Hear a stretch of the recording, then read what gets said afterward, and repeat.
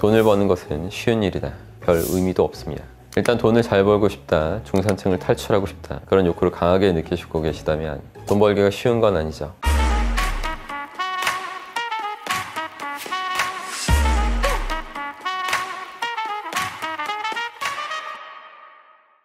안녕하십니까, 여러분의 실무 멘토 박승입니다. 돈 벌기가 어렵다고 말하는 사람들이 있습니다. 돈 벌기가 쉬운 건 아니죠. 저는 지금 단순히 쉽냐 어렵냐 하는 사실 판단에 대해서 말하려고 하는 것이 아닙니다. 애초에 쉽다 어렵다 이런 판단은 주관적이기 때문에 별 의미도 없습니다. 제가 말씀드리고 싶은 것은 돈 벌기가 어렵다고 생각하는 사람, 그리고 돈 벌기가 어렵지 않다고 생각하는 사람의 그 차이에 관한 거예요.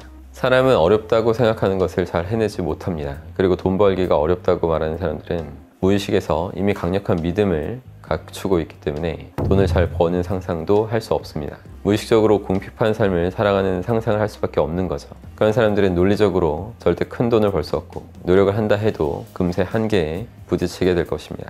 일단 돈을 잘 벌고 싶다, 중산층을 탈출하고 싶다, 그런 욕구를 강하게 느끼시고 계시다면 돈을 버는 것은 쉬운 일이다.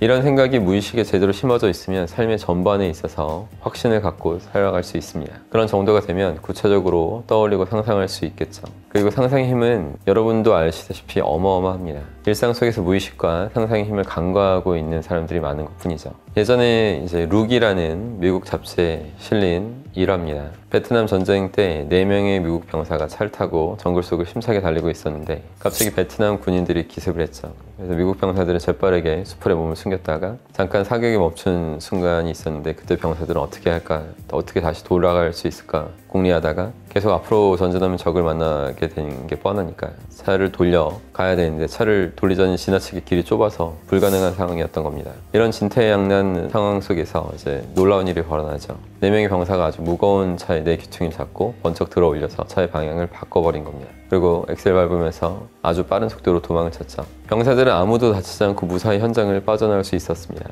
안도의 한숨을 돌리고 나서 병사들은 방금 전의 상황을 떠올리면서 의아해했죠. 어떻게 이렇게 무거운 차를 우리가 번쩍 들어 올릴 수 있었을까? 이런 생각하면서 다시 병사들은 차를 들어 올려 보기로 합니다. 하지만 차는 전혀 꼼짝하지도 않았습니다. 이렇게 목숨이 경각에 달린 상황에서 인간의 잠재력이 제대로 발휘됐기 때문에 이런 일이 벌어질 수 있었던 거죠. 이런 이야기들은 정말 많습니다. 고층 아파트에서 떨어지는 아이를 맨손으로 잡아내서 구한 할아버지도 있고, 자동차에 깔린 사람을 구하려고 괴력을 발휘해서 차를 들어올린 그런 행인도 있었습니다. 무의식은 이렇게 불가능한 것 같은 일도 해낼 수 있도록 도와줍니다. 물론 말씀드린 사례들은 상황이 무척 긴박했고 생사의 위협이 있는 상태였기 때문에 더더욱 잠재력이 발휘되었을 것이 분명해요. 하지만 여기서 중요한 사실을 우린 도출해낼 수 있죠. 인간의 무의식은 불가능한 것도 가능하게 만들어준다는 거죠. 이것만 잘 알고 이용할 줄 안다면 여러분이 이루고 싶은 목표를 쉽게 달성할 수 있을 것입니다. 잠재력을 끌어내기 위해서 필수적으로 알아야 할 것이 하나 더 있어요. 노벨상 후보로 알려진 유전공학자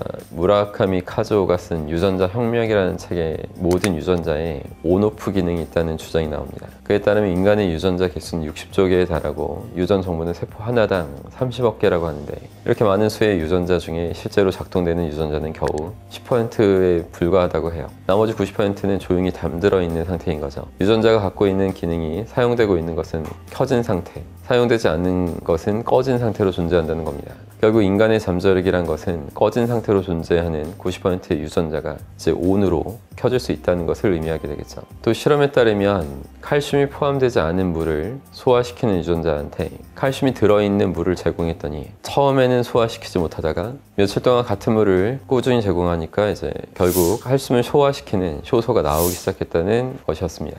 원래 우리 몸속의 유전자 중에는 칼슘을 소화시킬 수 있는 능력을 갖고 있었다는 거죠. 하지만 그 필요성을 느끼지 못하고 있었기 때문에 이제 스위치를 꺼둔 것 뿐이었던 겁니다. 여러분에게 잠재하는 90%의 유전자가 과연 어떤 일까지 해낼 수 있는지 궁금하지 않으신가요? 저는 항상 저의 잠재력을 끌어올리기 위해서 흔히 불가능할 거야 이렇게 생각하는 것들에 도전해왔고, 또 성과를 낼 수 있을 만큼의 노력을 해왔습니다. 그렇게 이룬 것들은 셀 수 없이 많겠죠. 하지만 여전히 저는 스위치가 켜지지 않은 유전자의 힘을 깨어내려고 노력하고 있습니다. 제 안의 잠재력이 항상 긍정적인 기대를 걸면서 살고 있는 거죠. 여러분들도 잠들어 있는 유전자의 힘을 깨어내서 남들이 불가능하다고 하는 일을 실현해 내보십시오. 그리고 여러분들이 뿌듯한 성과도 저한테 알려주시면 아주 기쁠 것 같아요.